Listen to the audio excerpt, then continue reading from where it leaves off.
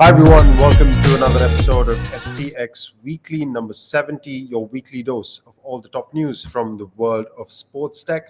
I'm going to dive right into the news, and starting with funding news as always, we have actually quite a few stories to get through, so I'll move through these quite quickly. Starting with Gympass, a Brazilian fitness aggregator. They raised 85 million. This is a company that last raised a big round of funding. I think it was like 300 million in about 2019, if I remember correctly. This 85 is a $2.4 billion valuation. Next up, we have NOVIG, who is a New York-based sports betting exchange. They raised 6.4 million, which will go further into the sports betting market in the US, which is, of course, growing. Continues to grow in a big way. We covered the story last week of ESPN entering the space. NOVIG is another company looking to make a difference there. Another US-based company, this time it's SportsVisio. They raised 3 million. They use AI analytics to sports, especially with a focus on generative AI. I've actually spoken to the founders at this company. Looks like they're doing some cool work. And this round has been raised by Sapphire Sport. So they bring investors of pedigree to their cap table. And last US-based funding round, we have more, but this is the last one from the US. Fantasy Life, kind of extrapolating the sports betting space. Fantasy sports is very much an extension of it. Free-to-play gaming or pay-to-play gaming. Fantasy Life is a company that has just announced a $2 million friends and family round. They have some very good friends and some very close family, it would seem. 2 million is usually a bit rich for a friends and family round, but maybe not in the US, and not when you're talking about this market. And we end in Europe, and specifically Utrecht. Mingle Sport has raised 1.25 million.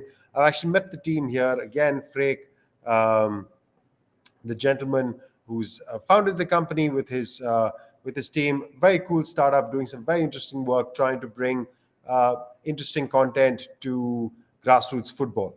They raised 1.25 million euros, as it says in the headline. And that's bringing all the funding news to a close. We haven't covered too much funding news in the last few weeks, so good to see some deal action. Another deal which has been brewing, LaLiga Tech. They have a long-time partnership with Microsoft, of course. Now they've also added Globant to that partnership, and they are looking to do what? They're looking to create AI-based technology for athletes and broadcasting. So when it says athletes, it is, let's assume it's performance, athletic performance. So advanced analytics, NLP and machine learning to enhance football technology for athletes and broadcasters, but also not just for enhanced technology for athletes and broadcasters, but not just for football. This is for soccer, football, basketball, rugby, and tennis.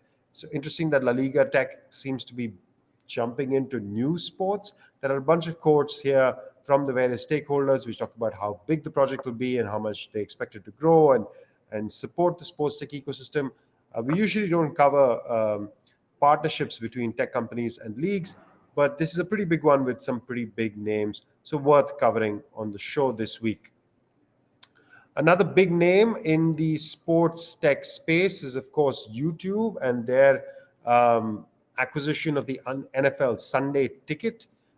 They want to bring some innovation onto the Sunday Ticket, and they've got a bunch of new updates. So they're trying to make it easier for different types of people to get into the Sunday Ticket, at the same time not cannibalizing what the existing traditional broadcasters have in terms of what revenue that they can generate. So thin line or a tightrope walk, so to speak. But here's what YouTube is doing. So they've introduced student plans. So if you're a student, you'll get some discount. They will introduce monthly payment plans, which kind of sounds like a subscription service. So I don't really know what the big deal there is. Live chat polls, real-time highlights, and real-time highlights which will go into YouTube Shorts, multi-view. So some of this stuff you would say is pretty basic in terms of what you would come to expect with new age broadcasting. Live chat and polls, maybe less so than what traditional broadcasters have offered. But yeah, it is again bringing some new innovation to the distribution of the Sunday ticket. They will also increase the prices, it says here. So if you're interested in signing up for the ticket, best to do it quickly, which is, I guess, what they want to break down the monthly plan. So bringing this $350 down to a monthly ticket, a monthly subscription fee. Again, I mentioned at the top that the YouTube is trying to be careful with what they charge for the service, not to cannibalize what the existing broadcasters have. I don't not sure who they are, whether it's TNT or CBS or whoever, um, because that is important to their relationship with the NFL, and how, because YouTube obviously wants to keep this ticket for the long term. So they want to bring innovation, they want to bring a better price, better services to fans, to try to bring them onto the YouTube ticket, but not too much. Yeah, it's something that they have to watch. Next up, another new investment fund. I've lost count. I think this is week number 6 where we've featured a new sports tech focused fund. This time it's called the Players Fund, and this is actually an athlete investor network slash community. It says 47 million euros. It is a 40 million pound fund because they are London based. So basically, say $50 million. And who are they involving? So it's a bunch of different groups. So there is Chris Smalling's group, which so he has a group that he's been working with called For Good. There is Forecast, which involves Ben Stokes, Stuart Broad, Jeffrey Archer, and a couple of footballers. There is Be Engaged, which is Hector Bellerin and Serge Gnabry, and Robbie Earl's US-based group bringing some NBA athletes. So this is very much another athlete network looking to invest in sports tech and bringing together athletes from different places, EU, UK, and India. There is KL Rahul, who's mentioned somewhere. Yeah, there you go, a famous Indian cricketer who's also part of the fund to invest in startups. So another new fund, the athlete network thing is interesting because it has inherent upside. We've covered this a lot. I think everybody's spoken a lot about this. There's no question marks around the model. But yeah, good to see new players in the market.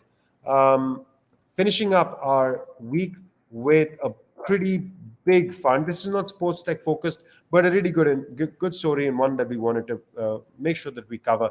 $200 million. I'm not entirely sure that this is Australian dollars or US dollars. Are probably Australian, but it is the Albanese, I don't know how to pronounce that, government who've pledged $200 million to support women's sport after the historic run by the Australian women's soccer team, the Matildas as they are called. The Albanese government is referring to Anthony Albanese, the Prime Minister.